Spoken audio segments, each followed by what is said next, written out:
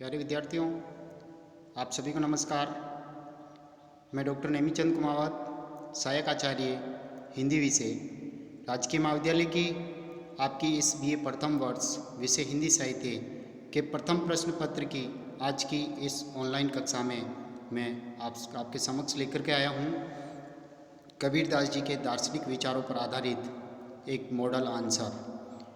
हाल ही की पिछली 2 ऑनलाइन कक्षाओं में हमने कबीरदास जी के दार्शनिक विचारों पर आधारित इस मॉडल उत्तर पर हमने चर्चा की है। दार्शनिक विचारों पर हमने बातें की हैं। कबीर के ऊपर हमने 5-6 कक्षाएं, इनके 10 पद और 25 जो दोहे हैं उनकी व्याख्या, उन पे भाव विस्तार, उनकी विषय वस्तु पर हमने विस्तार से बातें की हैं।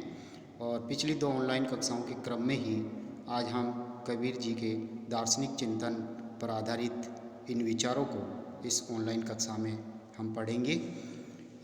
2 विचार, ब्रह्मा के ऊपर विचार और जीवात्मा के ऊपर विचार हम कर चुके हैं। आज हम जगत संबंधी विचार, संसार के प्रति कबीर के क्या दार्शनिक विचार हैं, इन पर हम पढ़ने जा रहे हैं।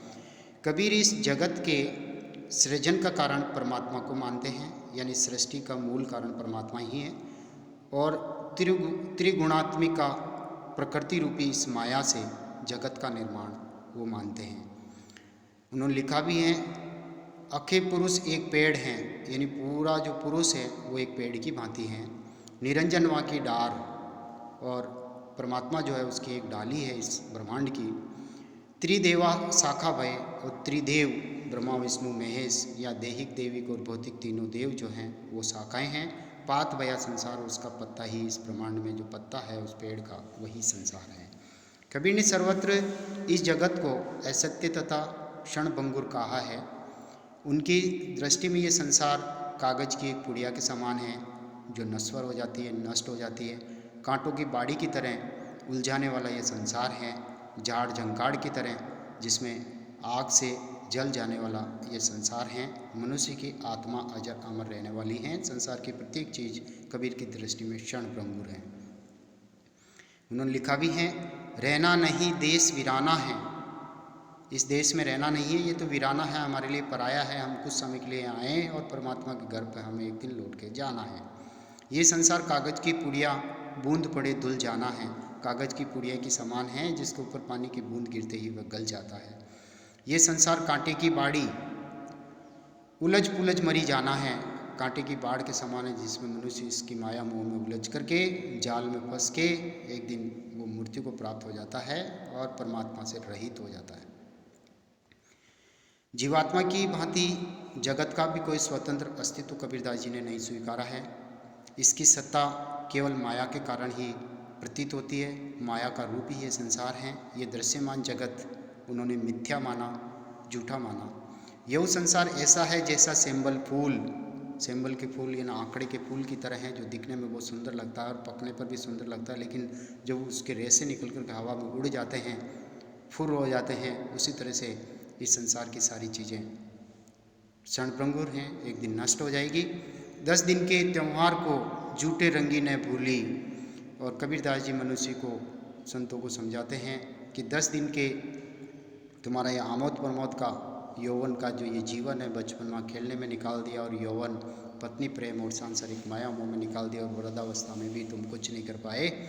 तो ये झूठे रंगी न भूल, अर्थात संसार की इस आकर्षण की इन चीज़ों, माया मोह में मनुष्य तुम मत उलझ। तू अपने मन को पवित्र कर, अपने मन को नियंत्रण में लेके, वश में करके परमात्मा की भक्ति में लीन हो जा। इस प्रकार कबीर ने अद्वैतवाद, वेदांत दर्शन की भांति निवर्तमान का आश्रय लेकर के माया के अध्यारोप द्वारा जगत की इस स्थिति को स्वीकार किया है। ब्रह्मा का ज्ञान होते ही माया का ये अज्ञान रूपी आवरण हट जाता है और केवल ब्रह्मा की ही सत्ता शेष रह जाती है। जैसी मुख से निकले तैसी चाले चाल, यानी जैसी मुख से निकलते तो तेरी कथनी और करनी में अंतर मत कर, जैसा कहता है वैसा कर। परम ब्रह्मा नेड़ा रहे पल में करे निहाल, और तुम मन को पवित्र रख करके जैसा कहता है वैसा करेगा तो परमात्मा तेरे पास ही रहेंगे और पल भर में तेरी मनोकामनाओं को पूर्ण कर देंगे। हमने मरे मरिए संसारा। कबीरदास जी कहते हैं कि मैं क्यों मरूं, मैंने तो ईश्वर की साधना कर ली है, कई जन्मों तक साधना की, तब जाकर के परमात्मा का साक्षात्कार हुआ। तो अब मैं नहीं मरने वाला हूँ, मरेगा तो ये संसार मरेगा जो क्षण भंगुर हैं। हरि मरे तो हमू मरिए। कबीर जी कहते हैं कि यदि मेरे परमात्मा मरेंगे तो मैं मरूंगा, हरि ने मरे तो हम कहाँ को मरिए, अर्थात मेरा परमात्मा ही नहीं मरेंगे तो मैं क्यों मरूं। अतः स्पष्ट है कि कबीर ने माया रूपी संसार को क्षण भंगुर ही माना है। संसार की सारी चीज़ें एक दिन यही नष्ट हो जाएगी। कबीर के 3 दार्शनिक मतों पर हम अभी चर्चा कर चुके हैं। ब्रह्मा संबंधी विचार, जगत संबंधी विचार, जीवात्मा यानी आत्मा संबंधी विचार, और हम आगे बढ़ते हैं माया संबंधी विचार कबीर के चिंतन में। देखिए, कबीर ने ब्रह्म तादात्म्य में बाधक शक्ति के रूप में माया को स्वीकार करते हुए उसकी जबरदस्त निंदा की है। शंकराचार्य की भांति ही वे ब्रह्म को माया मानते हैं। उन्होंने माया को भी समय से परे व अनिर्वचनीय बताया है, यानी माया का भी वर्णन नहीं किया जा सकता, इसके भी बहुत सारे रूप हैं। राम तेरी माया धुंध मचावे, हे प्रभु तेरी ये जो माया है ये धुंध मचावे, यानी ये मनुष्य के जीवन में उथल पुथल मचा रही है। गति मति बाकी समझी परे नहीं, और इस माया की जो चाल चलन है, इसकी गति है, वो समझ से परे है, समझ में नहीं आती है। सुर नर मुनि नचावे, सुर नर ये ऋषियों मुनियों मनुष्य को सबको ये नचा रही है। माया के बल पे सारा संसार नाच रहा है। कबीर ने माया को माँ ठगिनी तक कहा है। माया महा ठगिनी हम जानी, तिरगुन फांस लिए कर डोले बोले मधुर बानी, यानी माया तो मान ठगिनी है। सतोगुण रजोगुण तमोगुण इन तीनों का फंदा लेकर के यह डोलती रहती है, इधर उधर भटकती है, मधुर वाणी बोल बोल करके लोगों को अपने आकर्षण का केंद्र बनाती है, उनमें फंसा देती है, और मनुष्य जीवन पर उससे नहीं निकल पाता और परमात्मा से विमुख हो जाता है। कबीर माया मोहनी जैसी मीठी खांड मीठी शक्कर की तरह इस माया को मोहने वाली बताया है। शक्कर जैसे जीव का स्वाद है, मीठी लगती है, उसी तरह से माया भी मन को आकृष्ट करती है। सतगुरु की कृपा भई नहीं तो करती भांड। कबीर जी कहते हैं कि मेरे ऊपर तो परमात्मा गुरु की कृपा हो गई, उन्होंने जो ज्ञान मुझे दिया उसके बल पर मेरी रक्षा इस माया से हो गई, अन्यथा ये मुझे भी उसका झूठा प्रशंसक बना देती। अतः स्पष्ट है कि माया परमात्मा की ही प्रेरणा है, और माया से रक्षा भी वह ब्रह्म तत्व या परमात्मा ही करता है। कबीर ने ऐसी माया से मुक्ति के अनेक उपाय भी बताए हैं, जिनमें गुरु की कृपा, सत्संग, विषयासक्ति का त्याग करना, ईश्वर से प्रेम करना, सदाचरण पर उन्होंने बल दिया आदि प्रमुख है। इस पे चल करके हम इस माया से मुक्त हो सकते हैं। कबीर ने मन और माया तथा जीवात्मा और राम का एक तरह से घनिष्ठ संबंध माना है। 5वें दार्शनिक चिंतन की ओर हम बढ़ते हैं। मुक्ति मोक्ष संबंधी कबीरदास जी के विचार। कबीर की मान्यता थी कि जो व्यक्ति अपने मन और शरीर को पवित्र बनाकर गुरु का आशीर्वाद लेके भक्ति करेगा, तभी वह माया मोह आदि से मुक्त रहेगा और उसे मोक्ष प्राप्ति हो जाएगी, परम तत्व उसको प्राप्त हो जाएगा, अमर हो जाएगा। इसलिए उन्होंने बाह्य आडंबरों का यत्र तत्र कटु विरोध किया है। पहान पूजे हरि मिले तो मैं पूजूं पहाड़, मूर्ति पूजा पर इन्होंने प्रहार किया। यदि पत्थर को पूजने से ईश्वर मिल जाए तो मैं पूरे पहाड़ को ही पूज डालूं, ऐसे ईश्वर नहीं मिलते हैं। ताते ये चक्की भली पीस खाए संसार, और उस पत्थर से तो ये चक्की ही अच्छी है जिससे आटा पीस पीस करके सारा संसार खाता है और ये सबका भला करती है। हरि जनते तू हेत कर, अतः हे प्राणी तू ईश्वर से प्रेम कर हरिजन के हेत, और हरिजन अर्थात ईश्वर के भक्तों से तू प्रेम कर और ईश्वर से प्रेम कर, तभी तेरा कल्याण संभव होगा। इस पत्थर को तू मत पूज, पत्थर से प्रेम मत कर। इसी तरह से बाह्य आडंबरों की भी उन्होंने यत्र तत्र खिल्ली उड़ाई है। जप माला छापा तिलक सरे ने एको काम, यानी मालाएं पहनने से, जप तप करने से, तंत्र मंत्र आदि में उलझने से, और तिलक छापा भगवा वस्त्र धारण करने से, कंठी माला धारण करने से तेरे एक भी काम पूर्ण नहीं होंगे। मन कांचे रांचे व्रता, तेरा मन तो कच्चा है और तू बाहर से दिखावा कर रहा है भक्ति का। सांचे राचे रामू, तो सच्चाई पर बल दे, तेरे हृदय में सच्चाई को स्थान दे, तब जाकर के तुझे परमात्मा राम मिल पाएंगे। कबीर ने भक्ति को मुक्ति का एकमात्र साधन माना है। मनुष्य भक्ति करेगा, ईश्वरीय ज्ञान हेतु गुरु बनाएगा, गुरु से ज्ञान ग्रहण करेगा और उस बल पर ईश्वर से प्रेम करेगा, ईश्वर की भक्ति करेगा तो उसकी मुक्ति तय है। भाव भक्ति विश्वास बिन, यानी भक्ति भाव और विश्वास के बिना, ईश्वर के प्रति विश्वास के बिना कटे ने संशय मूल, सांसारिक इन झंझटों से कभी मुक्ति नहीं मिल सकती। कहे कबीर हरि भक्ति बिन मुक्ति नहीं रे मूल, अर्थात मूल जड़ यह है, मुख्य बात यह है कि ईश्वर की भक्ति के बिना मनुष्य की मुक्ति नहीं हो सकती, उसको मोक्ष और वैकुंठ धाम नहीं मिल सकता।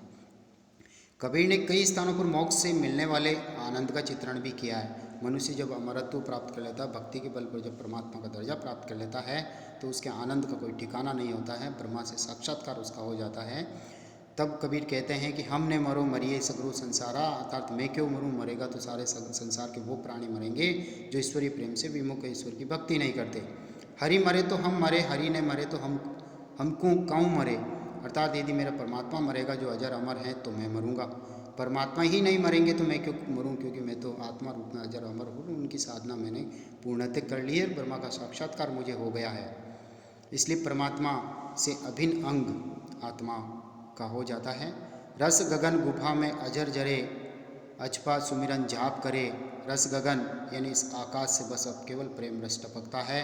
गुफा में अजर जरे यानी इस संसार रूपी गुफा में कबीरदास जी कह रहे हैं कि मैं तो अजर की अमर रहने की अलग जगा रहा हूँ। अछपा सुमिरन जाप करे, केवल अमर परमात्मा का सुमिरन करके अजर अमर होने का ही जाप हम करते रहते हैं। मान सरोवर सुबक जल हंसा केली कराई, मुक्ता फल मुक्ता चुगे अब उड़ी अनंत न जाई।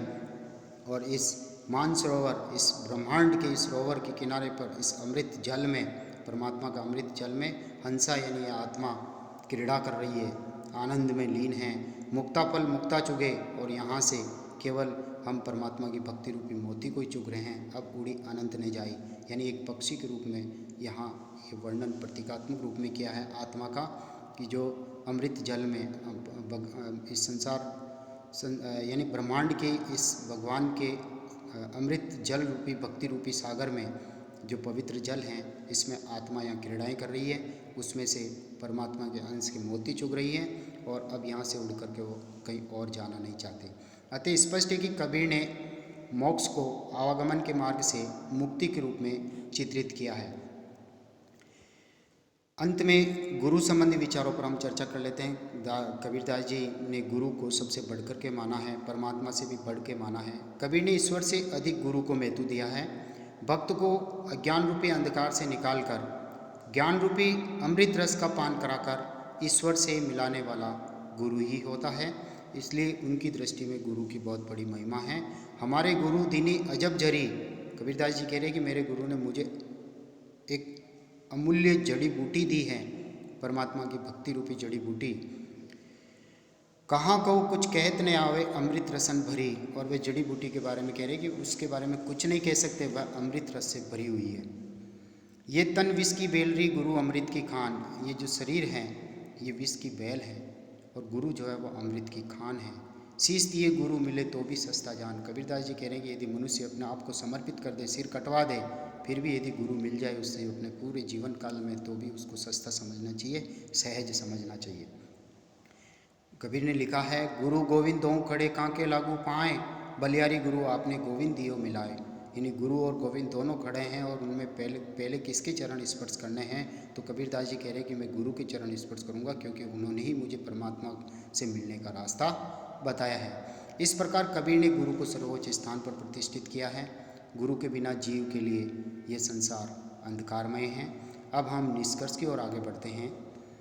उपर्युक्त विवेचनों उपरांत ये कहा जा सकता है कि कबीर के दार्शनिक विचार अद्वैतवादी दर्शन से प्रभावित हैं।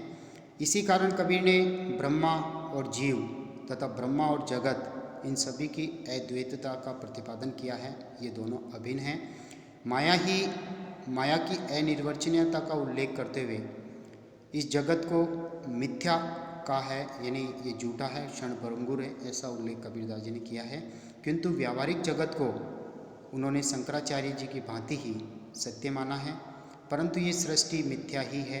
पानी के बुलबुले की भांति कबीरदास जी ने ऐसी बातें कही हैं कि पानी केरा बुध बुधा अस मनुष्य की जांच, पानी के बुलबुले की तरह मनुष्य जीवन है, मनुष्य की जाति है। देखती छिप जाएगा जो तारा प्रभात, यानी जिस तरह से प्रातःकाल होते ही रात्रि में चमकने वाले सितारे छिप जाते हैं, उसी तरह से देखते देखते ही मनुष्य के जीवन का अंत हो जाएगा। उसका यहाँ पर कोई भी कुछ भी नहीं है, उसका सब कुछ परमात्मा है, जिसके पास एक दिन उसको ये घर छोड़ के जाना है। कबीर के दार्शनिक विचार उपनिषदों से भी प्रभावित हुए हैं। जैसे उन्होंने लिखा है, मौकों का ढूंढे बंदे मैं तो तेरे पास में, अर्थात हे मनुष्य तू मुझे कहाँ ढूंढ रहा है, मैं तो तेरे हृदय में ही विद्यमान हूँ, तेरे आसपास ही निवास करता हूँ। अतः कबीर ने आत्मा को ही परमात्मा बतलाया है। अहम ब्रह्मास्मि, बाद नारायण जी ने जो ये सूत्र दिया, जिसके ऊपर सारे दार्शनिक मतवाद आज टिके हुए हैं, की भांति ही कबीर ने प्रत्येक जीव को परमात्मा का प्रतिरूप घोषित किया है। इसी प्रकार कबीर ने संपूर्ण दृश्यमान जगत को भी परमात्मा ही बताया है। अतः कबीर की दार्शनिक विचारधारा मानवतावादी है, जिसमें सभी को ईश्वरीय प्रेम और भक्ति द्वारा मुक्ति प्राप्त करने का अधिकार प्राप्त है। प्यारे विद्यार्थियों, इन 3 ऑनलाइन कक्षाओं में हमने आपके इस मॉडल उत्तर कबीर की दार्शनिक विचारधारा पर हमने बातें की हैं। इस पर विस्तार से मैंने आपको समझाया है। मुख्य परीक्षा में यदि आपके ये प्रश्न आता है तो आप इसको अच्छी तरह से तैयार कर लें। और ये जो यूट्यूब चैनल जो कॉलेज का जो बना हुआ है CCE राज, उस चैनल पर हम ये सभी जो कक्षावार जो प्लेलिस्टें तैयार की गई है विषयवार, हम उसी पर इन सभी वीडियोज़ को अपलोड कर रहे हैं। आप वहाँ से भी इनको ओपन करके पढ़ सकते हैं। साथ ही इसकी लिंक जो हैं, प्रत्येक वीडियो की लिंक और प्लेलिस्ट का लिंक भी हम आपके व्हाट्सएप ग्रुप में शेयर कर रहे हैं। वहाँ से भी आप इनको ओपन करके आप अपना अच्छी तरह से अध्ययन कर सकते हैं। अगली जो ऑनलाइन कक्षा होगी वो आपका 3रा चैप्टर हम लेंगे संतवाणी का। तब तक के लिए धन्यवाद। जय हिंद।